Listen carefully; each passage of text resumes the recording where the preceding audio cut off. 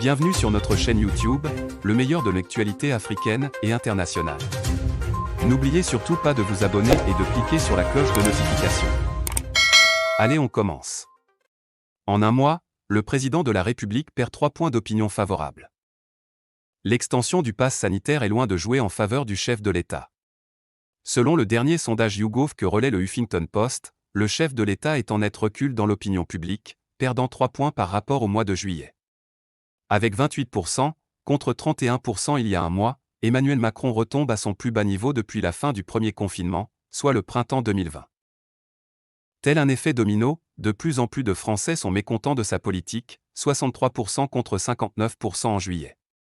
Néanmoins, comme le souligne le Huffington Post, le chef de l'État peut toujours s'appuyer sur une base solide, celle de ses sympathisants puisque pratiquement 9 sur 10 sont satisfaits de sa politique. Si ces résultats sont éloquents comparés au mois précédent, le panel de Français interrogés l'a été seulement 2 jours après l'extension du pass sanitaire dans le pays. Castex devant Macron. Conscient de l'importance du vote des jeunes, Emmanuel Macron s'est lancé récemment dans l'exercice difficile des réseaux sociaux.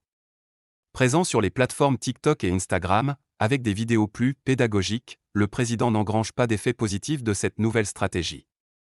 Selon cette étude YouGov, il perd même 2 points chez les 18 à 34 ans.